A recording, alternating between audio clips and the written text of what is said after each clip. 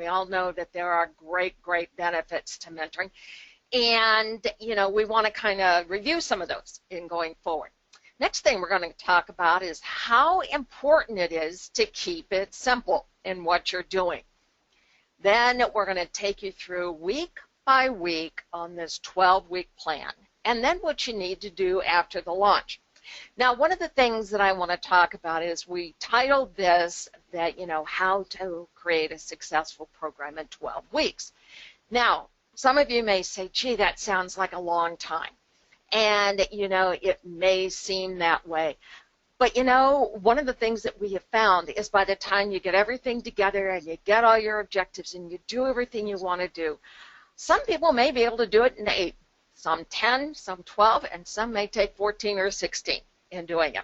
It really depends on how you roll out your program and the types of issues that you deal with. But again, we have just found as we worked with our clients that 12 weeks is kind of an average. Next slide, please, Sarah. Now what we want to do is to talk about all the benefits of mentoring. Now, one of the first ones that we want to talk about is around career development. Now, career development is very important when it comes to mentoring because a lot of people really want to know what's possible in doing that. And career development, you know, is no longer just a statute type of career path. So people want to know, you know, what are my options, and they also want to try and be proactively ready by understanding what could go on in their career. We also find succession planning is important, and again, that's important not only for the individual in career development, but it's also important for the organization.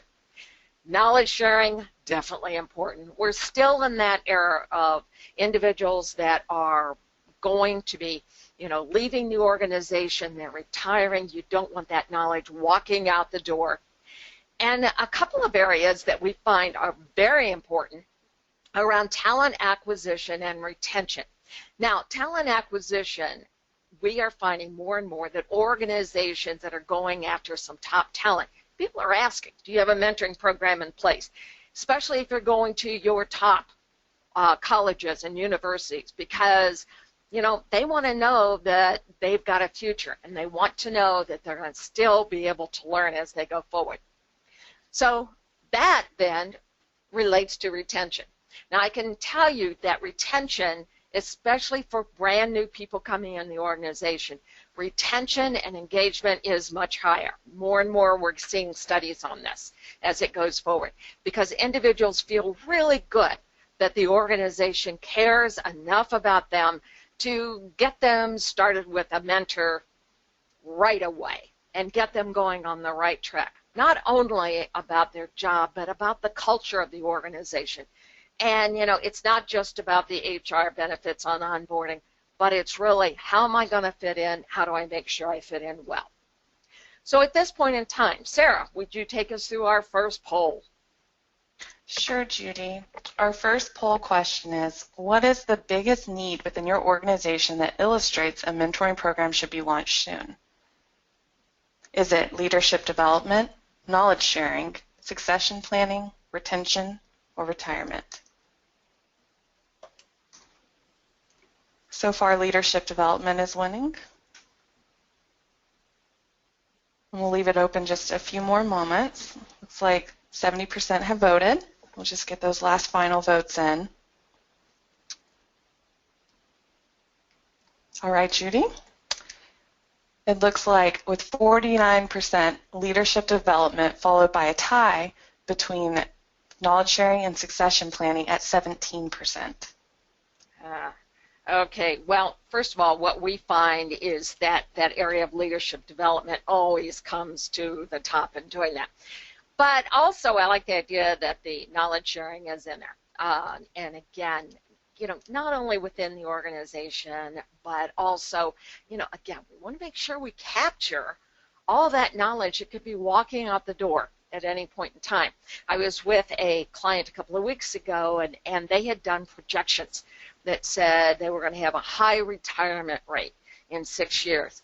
Guess what? They now realize it's down to 3. So the next thing we want to talk about is how important it is to keep it simple.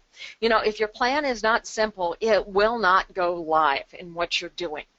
You need to keep it simple because you want to be able to avoid analysis paralysis. And we all know, I don't even have to go into that one. We all have experienced it. We all know what analysis paralysis is. Be careful of doing that because you want your program when you start it to be the very best that it can be. But don't get so stuck that you don't realize you can fine-tune it when you roll out your next phase. We suggest you call your first phase, phase 1.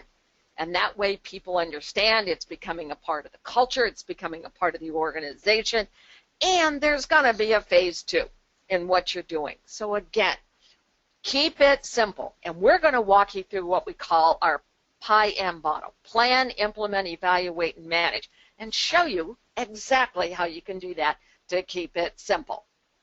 So as we go forward and talk about that 12-week plan. Next slide. There we go. One of the things that we talk about is in your first week, it is vital that you meet with stakeholders on making sure that you really, truly understand what the objectives and measurements are going to be for the program. In week number 2, what we suggest you do is you qualify and create your enrollment process.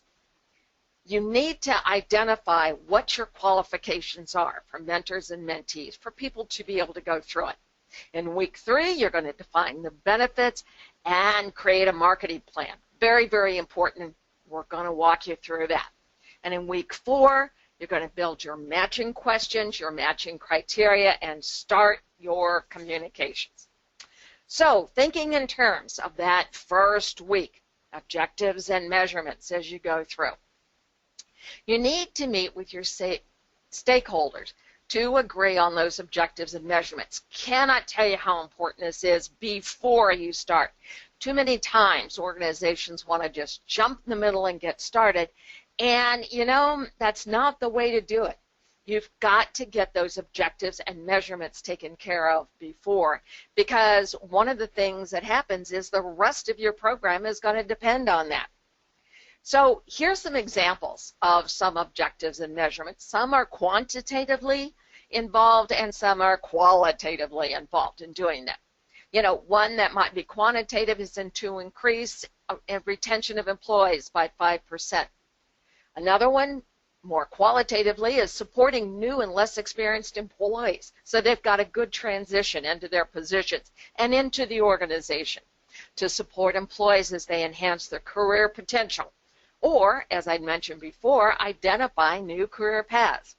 And another one that could be very much quantitatively is by Q1.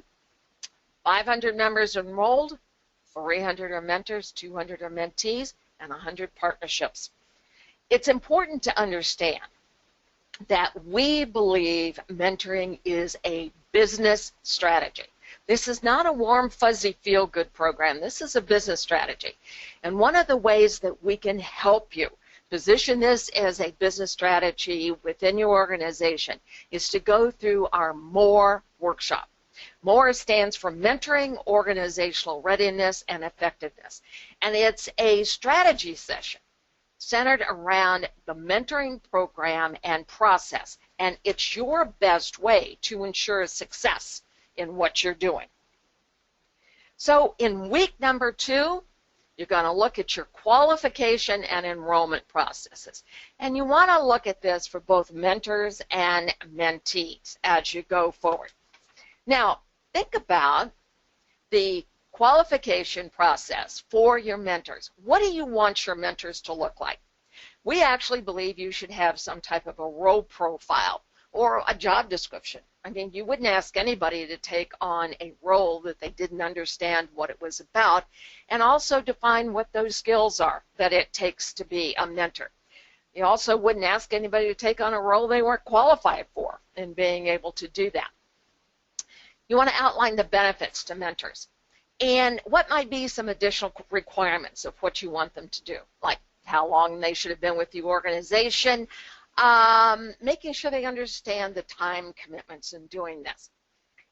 One of the things that we have found that is a historical misperception around mentoring is that individuals who have been involved in mentoring in the past, or maybe they've heard somebody say, oh yeah, I've got a mentor. They've been my mentor for 3, 4, 5 years. And suddenly the individual that's applying to be a mentor thinks, oh geez, this is going to take hours and hours per month. And this could be a lifetime commitment in what I'm doing. So they're a little hesitant in taking on that role in what they're doing. So you need to make it clear to the mentors that, we're asking for a couple hours a month, and, we're only asking for your commitment for 8, 10, or 12 months.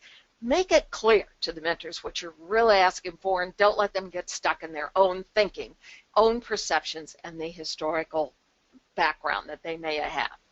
Then you've got to make sure the enrollment process for your mentors is simple. So again, going back to that keep it simple type of situation. Got to do the same thing for your mentee. Define what their job role is. We talk about the fact that it is mentor-guided and mentee-driven. And mentees really need to understand that, because many times they come into the partnership believing that the mentor drives it and tells them what to do. So telling them that it's mentee-driven, guess what? They need to understand what that means. You need to outline the benefits to them also, what they're going to get out of it. And, what they need to think about. They need to be able to commit the time. They need to have a career goal and a focus in what they want out of a mentoring partnership. And then, again, make that enrollment process simple for them also in what you're doing. So, again, these are things that are very, very important. So at this point in time, Sarah, do you want to take us through our next poll? Sure, Judy. Our next poll is, within your organization, what are the biggest benefits for individuals to have a mentor? Is it achieving long-term career goals, challenges with current role, coaching on soft skills such as communication, developing technical knowledge or skills, or networking visibility in the organization?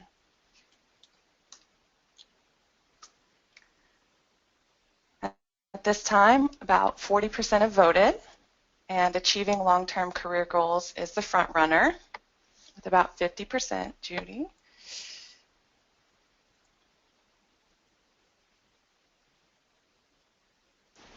All right. Judy, it looks like achieving long-term career goals won with 46%, followed by a tie with developing soft skills and developing technical knowledge with 16%. Okay, thank you, Sarah. That thing about that long-term career goals doesn't surprise me in doing that at all, because again, what we hear from individuals is they want to know what is possible and what they're going to be doing. What can I possibly look forward to, both from, new employee to a new position, to new employee to the present position, to mid-careers, to long-term careers, and so on. In fact, one of the comments that we hear many times from mentees is it gave them a perspective they didn't have before. So again, those career goals, very, very important in what you're doing. Thank you, Sarah, and let's go on to week 3. And in week 3, we're talking about creating a marketing plan. You need to create the plan, you need to set action steps, and you need to have accountability and timing. Now, here's an example of what a marketing plan might look like as you're going forward.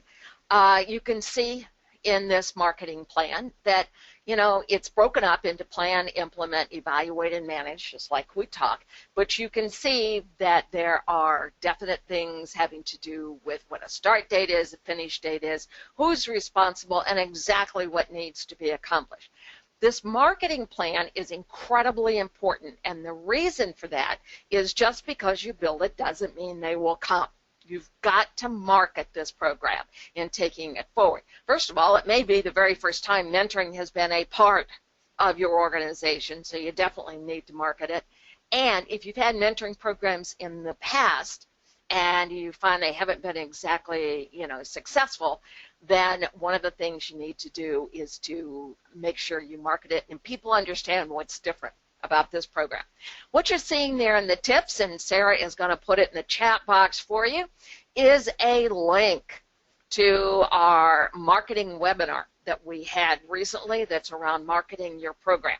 And we feel that you're going to get lots of tips in going in that particular.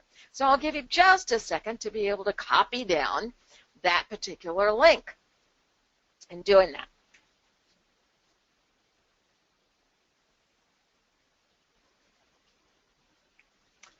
Okay, so let's go on to week number 4. And in week number 4, we're talking about setting up that matching criteria and your first communications. Now, one of the things that you have to think about when you set up your matching criteria is setting up a series of questions that align and support your business objectives. And you're going to hear through all of these weeks everything that goes back to aligning with those business objectives and measurements that you set in the very beginning. You know, here's some examples of some you might want to think about. It might be based on a business function, a career level, mentoring purpose, or some specific skills and competencies. As you said in the last poll, that both soft and technical skills were some of the focuses of what you were doing. In addition to that, one of the things that you might see as a tip, you know, if your mentoring program objective was around leadership development, you might want to make sure that you include some leadership competencies in what you are doing. So again, make sure your matching questions always go back and align with your support.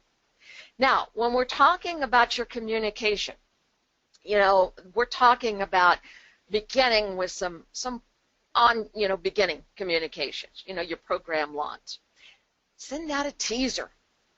Communicate a teaser. Let people know that this program is coming and, you know, all the benefits for the mentors and the mentees, and then how easy it's going to be to enroll, whether you're a mentor or mentee. But kind of get this started in what you're doing. Making sure, again, that people, it's kind of like, it's coming, it's coming, it's going to be here soon. Now, for your ongoing communications, you want to make sure that you take advantages of events. Might be, you know, something that's going on inside the organization. We all have seen inside organizations where there might be some kind of a booth or something like that that's sitting in the cafeteria or in the lobby or whatever it might be. You've got an internal website and portal, and, you know, you want to make sure that you advertise on that. Might be in the newsletter of what you're doing. And, you know, you want to always have enrollment reminders as you go forward. One of the things that we always want you to think about is don't always think about just using your emails. You've got all these other possibilities, you know, your website, your career portal, webinars, you know, those specific events that are going to be going on, your newsletter, all these possibilities of ways to get the word out and not just emails in what you're doing. So as a review, we talked about that week number 1 was setting those objectives and measurements. Week number 2 was creating your qualification and enrollment process. Week number 3 was making sure you identify the benefits and create that marketing program. And week number 4, get those matching criteria, the matching questions in place, and then make sure you've got a good communication program in what you're doing. All right. We talked about the plan phase. Now we're going to go into the implement phase. And in step number 5, you're going to week number 5, you're going to set up your enrollment. In week number 6, what you're going to do is communicate. Programs here. You know, you communicated in the beginning kind of a teaser, and now things are running and going. So it's here. And then in week number 7, you want to enroll and train your mentors in doing this. You know, one of the things that makes this all really important is making sure you've got, when you get to this implement stage, some kind of a technology tool to help you in what you're doing. As you're setting up your enrollment, again, we said this in the beginning, make sure you've made it easy for individuals to do that. And having a technology tool really does support making it easy. Make sure that you've got a way for mentors and mentees to answer those matching questions. There's information about the program. You can get information from them about their bios and any other additional information that will make the matching and pairing really easy in doing that. You know, we have an online portal called High Impact Mentoring. And again, this greatly reduces the administration burden and also provides a streamlined process for the user in doing that. And you know, sometimes people say, oh, we just can't take on a technology tool. But Insala has a technology tool called Mentoring Basic. And it really is the minimum that you need to digitize your mentoring enrollment process. So think about this. Again, don't have to go full bore with what you're talking about with your technology piece. But again, something simple like Mentoring Basic, we also, you know, agree on. Now, the next thing that we want to talk about as you're going forward is in week number 6, and you want to communicate your program in what you're doing. Now, again, we talked about in the beginning, you're going to start by sending out teasers, but now you want to talk about the program. And again, you want to use emails. You've got all these communication things that we talked about before, your portal, webinars, all these types of things. But when you're using email to communicate the program, making sure that you've got a technology tool to help you with that becomes important. Here's a sample communication that we're going through. And you can see that, you know, it talks about the program, the objectives of the program, because everybody wants to know, why are we doing this, taking it forward. So make sure that you've got that there. The fact that it's voluntary, and what you're going to be doing is, if you're interested in developing a skill or gaining more knowledge, this is what you want to do, and here's how you go ahead by being able to enroll and do that.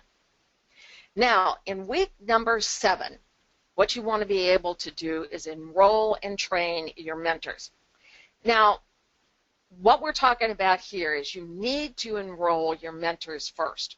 If you don't reach your mentoring goals, you may have to take more time to recruit mentors before you start recruiting mentees. And here's the reason for that. You want to make sure you've got a good, solid pool of mentors before the mentees go in and either from a technology standpoint can choose their own mentor, or if you're doing that, that you actually can go through and that you can help them in doing that. But you can't do that if you don't have a good solid pool of mentors.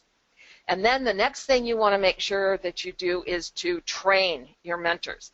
We've talked about the fact that you wouldn't ask anyone to go in and be in a role or a job without a description of what that role entails, that they don't have the skills to be in that role, and you don't provide them with some training in doing that.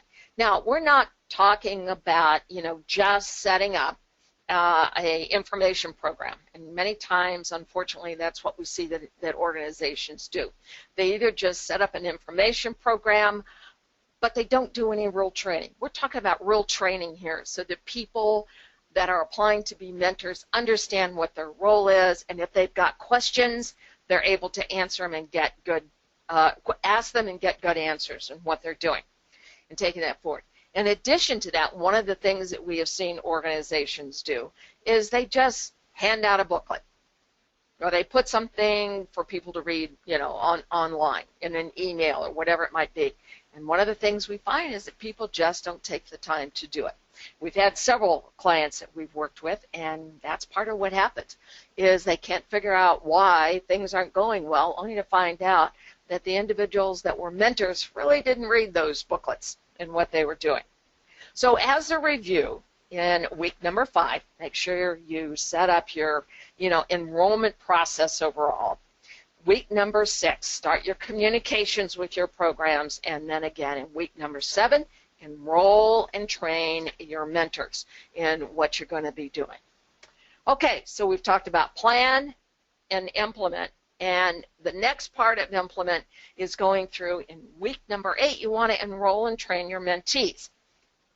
And then you want to make sure that you can begin your matching and pairing. Now, you don't want to begin your matching and pairing until you've got your mentors and mentees enrolled in what you're doing. And then in week number 12, we want to make sure that you think in terms of planning some ongoing evaluations and check-ins with your program. So when we think in terms of week number 8 and we're going to enroll and train our mentees, you need to make sure that you do this again after you've met your recruitment goals for your mentors in doing this. Now, it's very, very important that you understand that you might take step number 7 and enroll your mentors, and then step number 8 and enroll your mentees, and then train them both at different times. It's not unusual that we work with organizations that do it both ways. Some may, enroll and train the mentors so they've got a good, solid mentoring pool to work with. And the same thing with their mentees. And so when a matching comes up, everybody's trained and ready to go. And we have organizations that perform the training after the individuals have been matched and paired in doing that. But again, the important thing is just make sure that you don't forget to train people.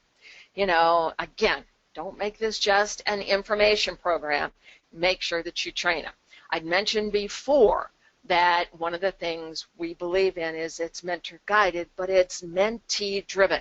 And I can tell you that when we go into training, many times what happens is individuals that we're going to train as mentees will say, yep, I understand that, and I believe that, and I agree with that I'm supposed to drive this partnership.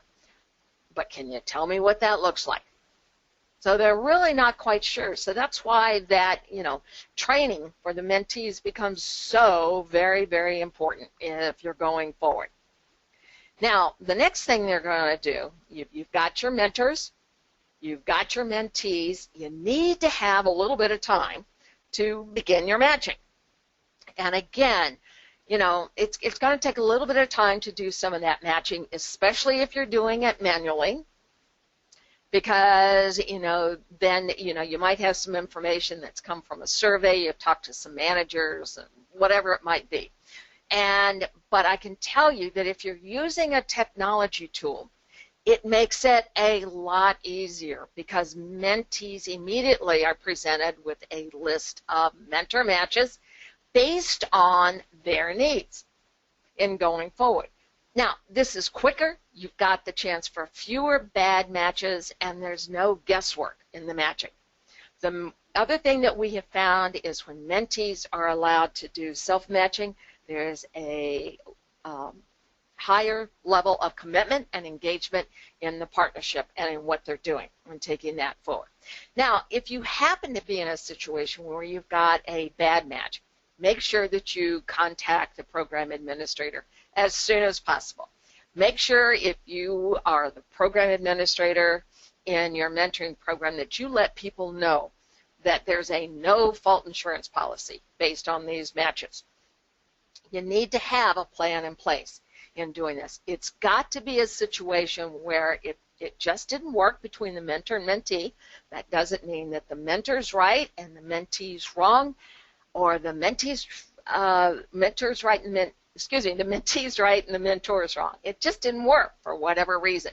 But you don't want them to just stick it out.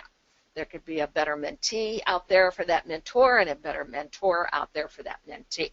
Now, I can tell you, though, again, if you're using some kind of technology tool for self-matching or even facilitated matching, but again, because it's based on the mentee's needs and what are those weighted matching criteria so that I understand exactly this mentor, how they meet my criteria as a mentee and my needs, got a lot better chance of having a good match in what you're doing.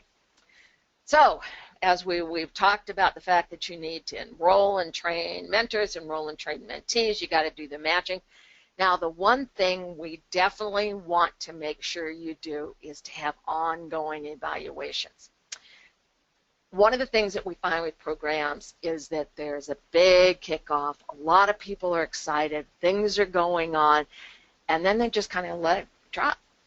And, this can be a real problem as you're going forward in doing this, that suddenly what you're finding is there could be some problems and you don't even know about it in doing that. You need to be able to run some kind of a survey and go through and do your own evaluation. You know, we kind of have a metric that we go through that, you know, but it really depends on the size of your program. And so, you know, are you at a situation where your program's really small and you're saying, okay, 30% match is okay? Well, depending on how many you've got, unless you've only got 3 or 4, that's not the best. But anyway, you could say that, you know, a percentage match based on the individuals that enrolled, you got 40% matched, they're doing this, or, you know, might you have 80% match? If you've got a program going on right now, go back and think about that. Based on the individuals that, you know, enrolled in the program, what percentage matches have you got in doing that? Now, again, going forward thinking about this type of thing, we're going to thinking a little more about that evaluate phase in what you're going through. There's a couple of things that you may want to think about from an evaluation phase. Sarah, next slide. Okay, some of the things you might want to think about from an evaluation standpoint is how many mentors enrolled, how many mentees enrolled, and again, how many partnerships were made. So thinking in terms of those matches. Now, here's one of the things that we found. I've been doing this for over 30 years and working with organizations on a local level, a national level, and a global level. And one of the things that we have found to be very consistent is at about that 3-month mark in a mentor-mentee partnership, you need to start running some surveys. Now, again, if you've got a technology tool, these kind of things can go out automatically. But if you don't, whatever you do, about that 3-month mark, you need to do some check-ins with these mentors and mentees. You know, what did they think of their partner? What's their opinion of the enrollment process? What did they think of the portal? This is also going to help your marketing plan and what you're doing. But you need to find out if there's any problems at all in the partnerships, because if there are, you want to be able to cut those off and get them taken care of immediately as you're doing this. And then about that 6 to 7 month mark, one of the things that we have found over all our experience is that, you know, the partnerships start to kind of wane. They aren't as, you know, everybody's not meeting as often as they did. You know, they're just, you know, going a little down in doing that. So you need to make sure that you evaluate where things are at that 6 to 7 month process, and you may find you need to give it some kickstart in what you're doing to take it over. And then when we talk about the manage end of what you're doing, you know, you've got to make sure you keep the program alive. And, you know, you might want to keep doing some webinars in what you're doing. Again, don't forget all those, you know, ways in which you can, you know, market this webinar. You might do, or marketing your program. You might want to do it through webinars, emails, your own portal, events, newsletters, so on. But there's one area we want you to remember. Continue marketing to the managers, because many times the manager is the individual that people will go to and say, what do you think about this mentoring program? Do you think that'd be a good idea for me? So make sure your managers are well informed about, you know, the program and how they can answer questions with individuals. And then, you know, do something on a monthly basis. Continue educating people about the program. Whether they've enrolled or not, let them know what's going on. And then one of the other things that we suggest you do is that you credit your mentors. We have organizations that actually go through and the mentees nominate the mentor of the month, the quarter of the year. It all depends on how big your program is and how many possible areas of the organization it covers. And then what you want to make sure that you continually do is recruit mentors and mentees. Just because you've kicked off your program, again, continually recruit and make sure that individuals will be there. So as a summary for all the things you want to do in the plan phase, week 1, again, make sure you've got those objectives and measurements in place. Make sure you have set up in week number 2 your qualification and enrollment process. In week number 3, build that marketing plan. and get your communication started on what you're doing. In week number 4, make sure you've got your good matching criteria. Again, going all the way back to week number 1 on those objectives and measurements in doing that. Now, next you're going to implement. And in week number 5, set up your enrollment process and make it easy and simple for individuals. And, again, you've got good matching criteria in what you're doing. Week number 6, communicate the program. You're no longer teasing about this. You're saying it's here. Week number 7, enroll and train your mentors. Week number 8, enroll and train your mentees. And again, whether you do this separately or whether you, train mentors one day and mentees the next, that's totally up to you and your program. We have organizations that do it both ways. And then you've got a little bit of time, and in week number 10, you're going to begin your matching and pairing process, and then make sure in week 12 you've set up some ongoing evaluation in doing that. Then for the evaluate process, think about the mentors, the mentees, and the relationships, and make sure you're doing those check-ins at 3-month and definitely at 7-month and doing that through that midpoint survey. And then at the very end, make sure there's some kind of an exit survey to find out, how individuals really felt about the program and so on. And then under manage, make sure you keep on marketing that program. It could be webinars, it could be any of your distribution channels. And then credit your mentors and don't stop recruiting. Just because the program's up and running, don't stop recruiting. We have organizations that have been running their mentoring program for 4, 5, 6 years, and they still recruit all the time in doing that. So plan, implement, evaluate, and manage. Sarah, would you take us through our last poll? Sure, Judy. Our last poll is, what would be the biggest challenge to launching a mentoring program? Is it A, planning objectives, B, the planning phase where you create email templates, C, the implement phase where you enroll and match, D, the implement phase where you train participants, or E, the manage phase with reporting and feedback? See, about half have voted. So far, the implement phase, enrollment and matching, is leading, followed by planning objectives. Okay, enrollment and matching and doing that.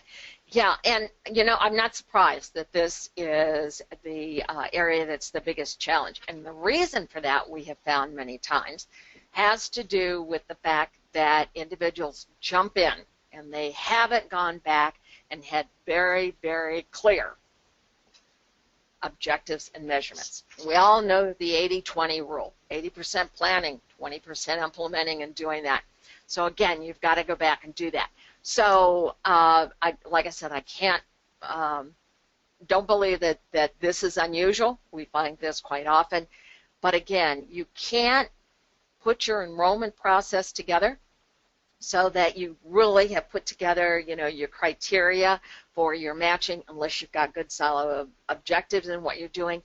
And in addition to that, what we also find, as I mentioned before, is because there are so many different historical perceptions and misperceptions about mentoring, people just aren't clear about what I do as a mentor, what do I do as a mentee. Don't make an assumption that everybody understands how to be a mentor and everybody understands how to be a mentee. So again, make sure that people understand what their roles are, they understand what's expected of them, and then again, make sure your matching can go back to your objectives in doing that. So actually, these are results that we see quite often. So we've talked about all of these things: plan, implement, evaluate, manage.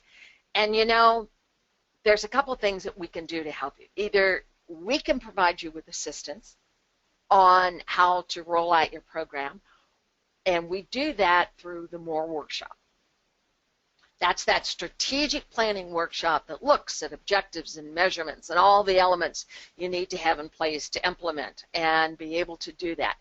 We also have marketing workshops in doing that. We provide training and workshops and webinars And we can help you in all of those areas that you want to be able, especially in the evaluate phase, making sure that you've got good questions in being able to do this so you really can evaluate.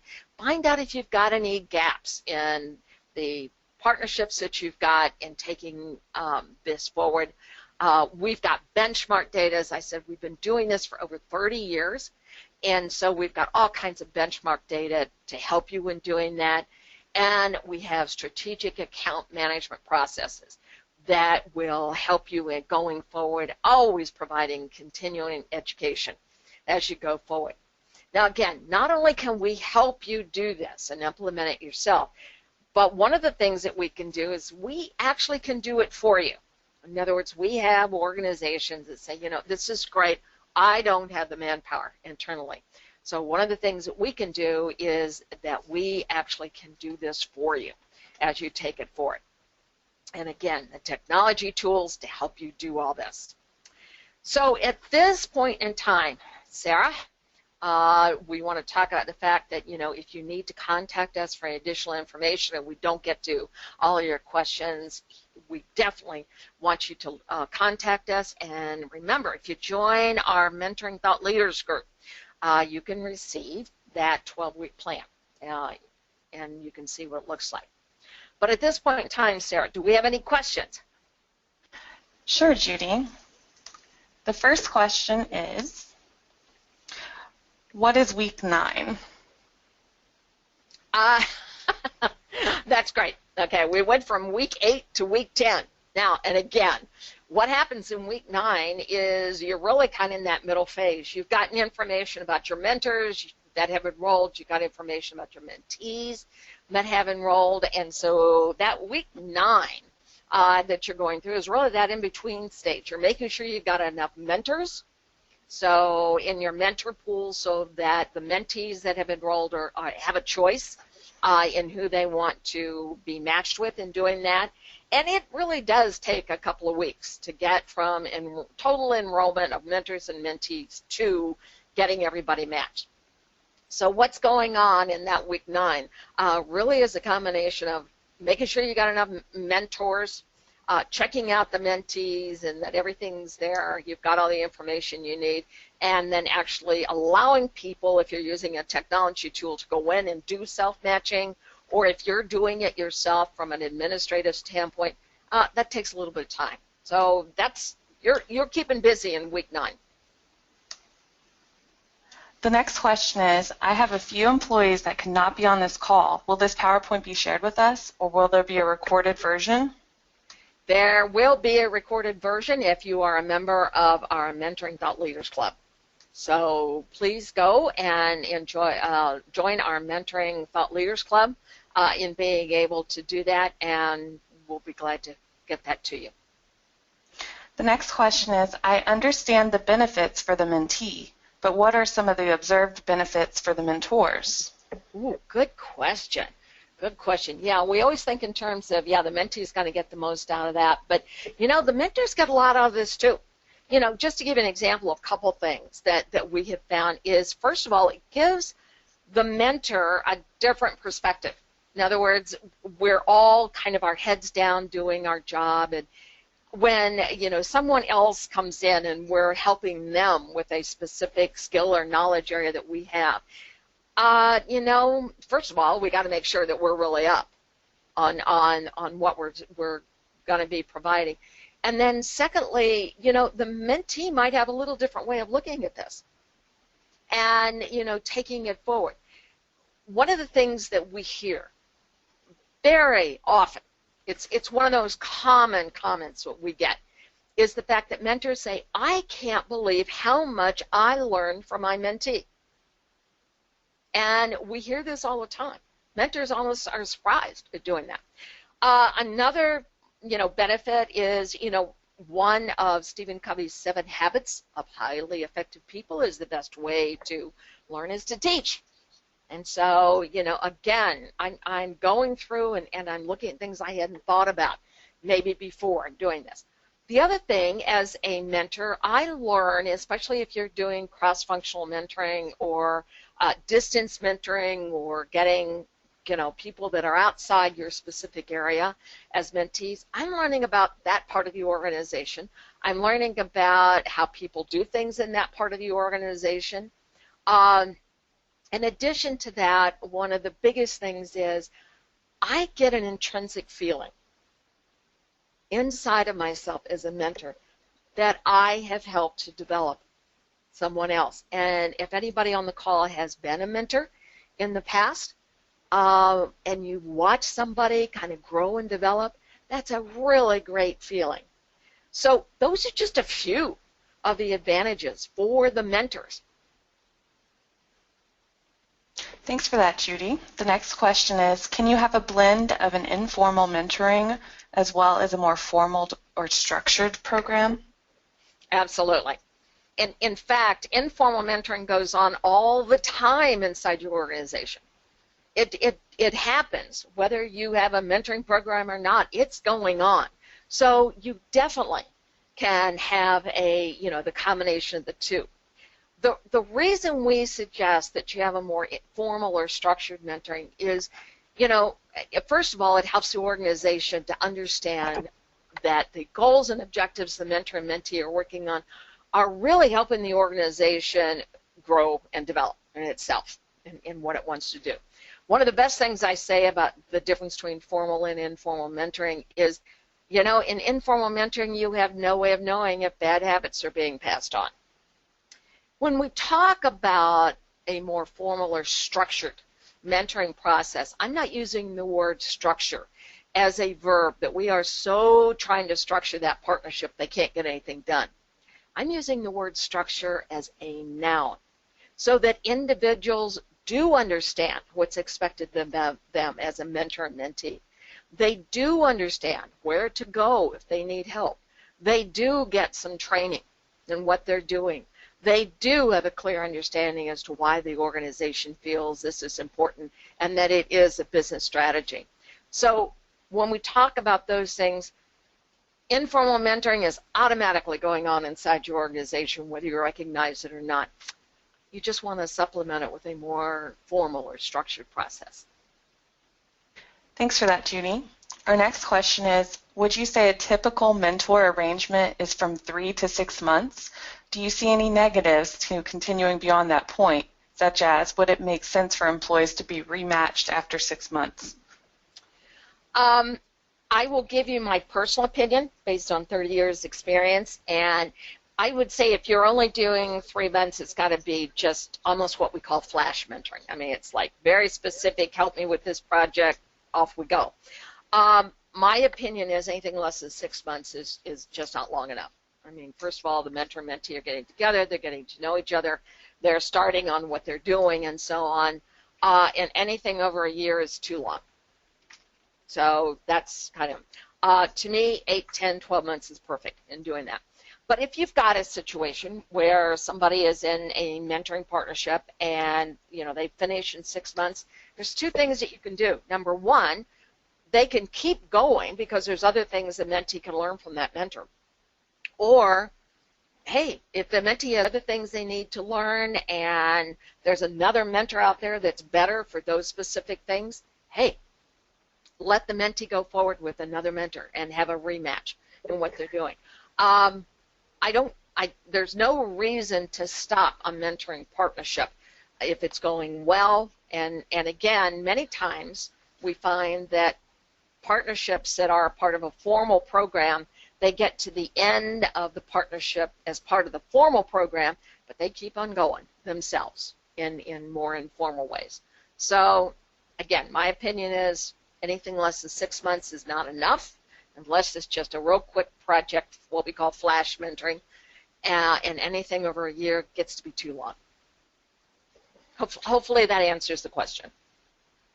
Thanks for that, Judy. The next question is, what are some recommended activities that the mentee and mentors engage in when they get together? One of the things that we believe in, and again, this is where your technology tool helps you, is the mentee has got to be specific about what they want to learn. In other words, a lot of times what we hear is that Somebody will say, oh, I want to know all about the organization. Well, it's too broad and it's too big. So the mentee needs to be very, very focused on what it is they want to learn.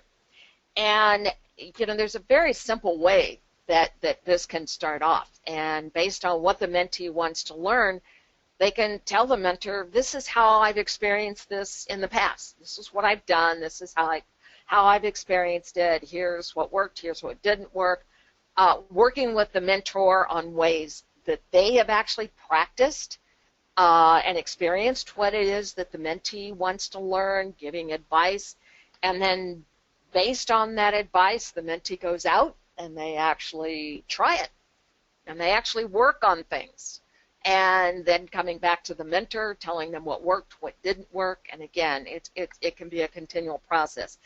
But, it doesn't, this is one of the things that we find that organizations are, really get. Well, we need to provide them with very specific activities of what they do. They need to start out with being specific about what they want to learn, but then the rest of it, one of the things that can happen is, the keeping it simple, that, they can go back and forth based on what the mentee needs, their experiences behind it, mentor's experiences behind it, practice and reinforce it, and keep on going. Thanks for that, Judy. The next question is, are there particular issues in planning a group mentoring program? Well, part of it depends on what you talk about when you talk about group mentoring. There's a couple of ways in which we've seen the phrase group mentoring, what it really means. One of those is that a mentor has more than one mentee. One of that is that the mentee has more than one mentor. The importance is that they meet as a group, because even if you've got a mentor that has more than one mentee, those mentees might be able to help each other in what they're doing and giving their experiences, and how one person practiced it, was different, and what they learned, and they can pass that on to another mentee in the group. So, that can be one way. If you've got a mentee that has more than one mentor and you're thinking about group mentoring that way, you want to make sure that there are periodic meetings between the mentee and all the mentors so that everyone's in sync. Now, the other thing we hear about when you talk about group mentoring are really around mentoring circles. And again, that's another way that we've heard this term group mentoring, what it really means to an organization.